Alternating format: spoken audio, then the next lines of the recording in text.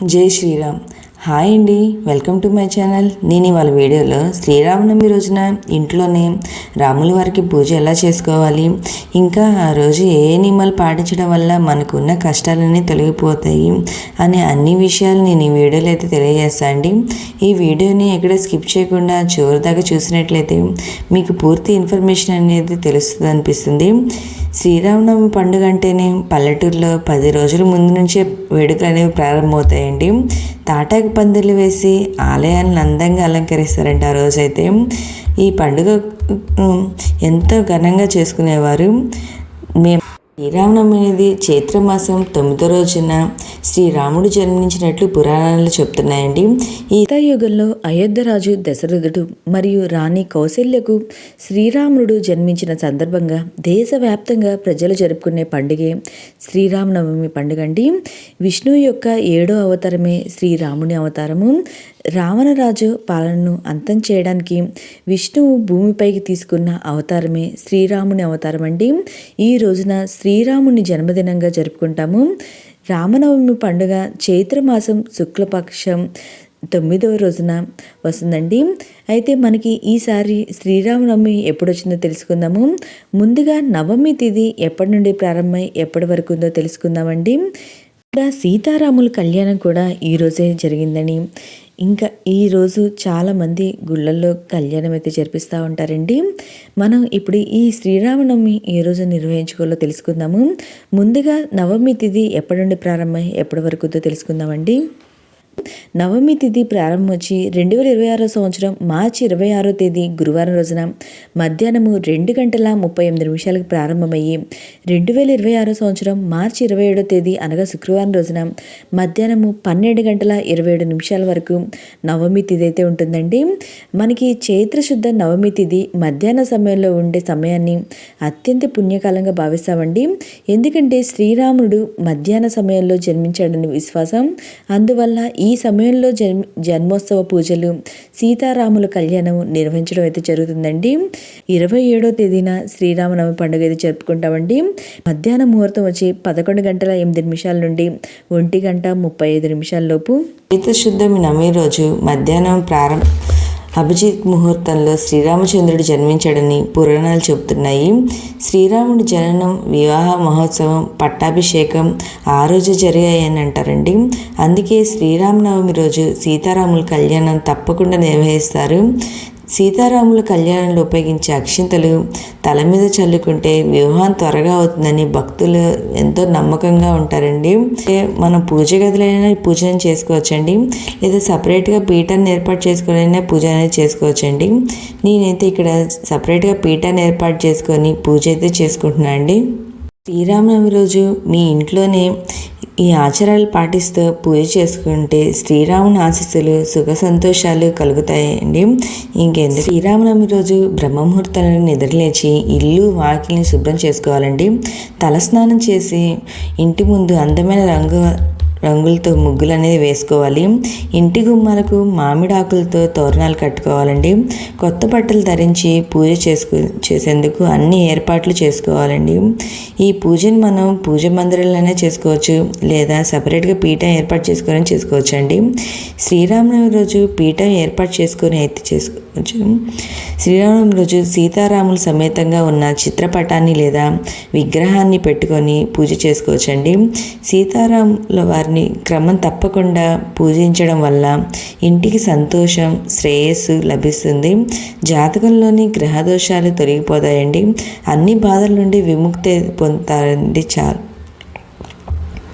బియ్య పిండితో ముగ్గు వేసి దానిపై మీద ఒక పీఠం ఏర్పాటు చేసుకోవాలి. పట్టు వస్త్రం లేదా నూతన వస్త్రం పరిచి దాని మీద సీతారాముల చిత్రపటం లేదా విగ్రహాలను పెట్టుకోవాలి. శ్రీరామునికి పంచామృతాలతో అభిషేకం చేయాలండి.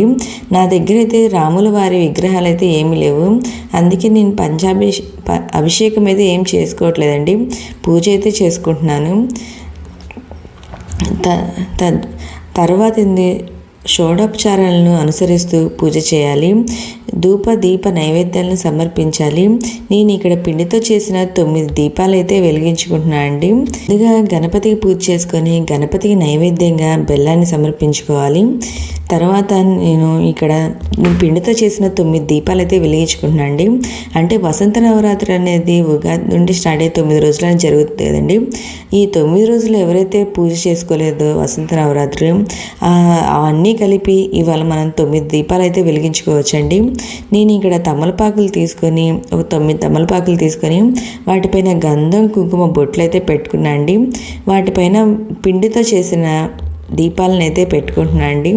ఇవాళ ఆ పిండితో చేసిన దీపాలను వెలిగించుకుంటే చాలా చాలా మంచిదండి. ఇక్కడ దీపాల మీద శ్రీరామ అని రాసుకున్నా అండి.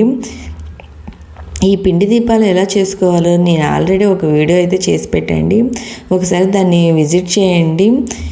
ఇవాళ రామచరిత మానస్, సుందరకాండ వంటి పారాయణం చేస్తే శ్రీరాముని అనుగ్రహం లభిస్తుందండి. నేను ఇలా పిండి దీపాలను అయితే పెట్టుకున్నాను అండి. 9 పెట్టుకొని దాంట్లో నువ్వుల నూనె వేసుకొని ఒత్తులన్నీ వేసుకొని ఏకహారతో కానీ లేదా అగరబత్తులతో కానీ ఈ దీపాలు అయితే వెలిగించుకోవచ్చండి. ఇదిగోండి నేను ఇక్కడ 9 దీపాలు అయితే చేసుకున్నాను. ఈ దీపాలు ఎలా చేసుకోవాలో కూడా నేను వీడియో అయితే చేశానండి ఒకటి, మీకు ఆ వీడియో కూడా పెడతాను. లేదా ఆల్రెడీ ఛానల్లో వీడియో అయితే ఉందండి, ఒకసారి విజిట్ చేయండి ఎలా చేసుకోవాలనేది. విధంగా వడపప్పు పానకం సమర్పించాలండి. పూజ ముగిసిన తర్వాత బ్రాహ్మణులకు లేదా పెద్దవారికి పండ్లు, విసినికర్ర, తాంబూలం, నూతన వస్త్రాలను దానం అనేది చేయాలండి. శ్రీరామనవమి రోజు రామాయణం చదవడం లేదా వినడం చేస్తే మంచి జరుగుతుందంటారు. దేవుడిగా కాకుండా మానవ అవతారంలో మనుషులు పడే కష్టాలు అనుభవించారండి. మానవుడు ఎలా జీవించాలో చూపించారు ఆ రామయ్య తండ్రి.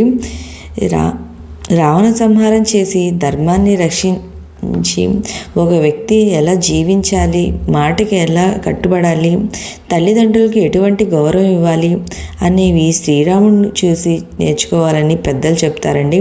అందుకే శ్రీరాముడిని సకల గుణాభిరాముడు అంటారండి. ఇలా నేను దీపాలన్నిటిని అయితే వెలిగించుకున్నానండి. అసలు శ్రీరామనవమి రోజు వడపప్పు పానకం ఎందుకు పెడతారో తెలుసా అండి? ఆ రోజు ఇవి ప్రసాదంగా పెట్టడం వెనుక మంచి కారణం అయితే ఉందండి. వేసవి సమయంలో శరీరం వేడి వల్ల ఇబ్బందులు కలగకుండా ఉండడం కోసం బెల్లంతో చేసిన పానకం ప్రసాదంగా పెడతారని, దీన్ని తాగడం వల్ల అనారోగ్యం సమస్యలు తొలగిపోతాయి, దీర్ఘాయువు లభిస్తుంది, ఎండవేడి తగలకుండా శరీరం వడదెబ్బకు గురికాకుండా ఉండడం కోసం పెసరపప్పు పానకంతో కలిపి ప్రసాదంగా పంచిపెడతారండి. ఇవి 2 తీసుకోవడం వల్ల వాతావరణంలో వచ్చే మార్పులను శరీరం తట్టుకోగలుగుతుంది.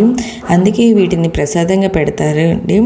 ఆ రోజు కూడా ప్రతి ఒక్కరూ ఇంట్లో స్వామివారికి ప్రసాదంగా వడపప్పు పానకం అనేది ప్రసాదంగా సమర్పించి అది ఇంట్లో అందరూ ప్రసాదంగా స్వీకరిస్తారండి. ఎన్నో సద్గుణాలు కలిగిన శ్రీరాముడి జీవితం అందరికీ ఆదర్శప్రాయం అండి. ఏకపత్ని వ్రతుడిగా సాగించిన ఆయన జీవితం ఎంతో పవిత్రమైనదిగా భావిస్తాము. ప్రతి సంవత్సరం చైత్ర శుక్ల నవమి రోజు ఈ శ్రీరామనవమి అనేది జరుపుకుంటామండి. రామ అనే ఈ 2 అక్షరాలు ఎంతో శక్తివంతమైన మంత్రాలు. శ్రీరామ అనే మంత్రాన్ని జపిస్తే సకల దేవతల ఆశీర్వాదాలు లభిస్తాయండి. ఈరోజు మనం శ్రీరామ ఎంత జపిస్తే అంత మంచిదండి. శ్రీరామ అనే 3 సార్లు జపించడం వల్ల విష్ణు సహస్రనామాన్ని పారాయణం చేసినంత పుణ్యఫలం దక్కుతుంది.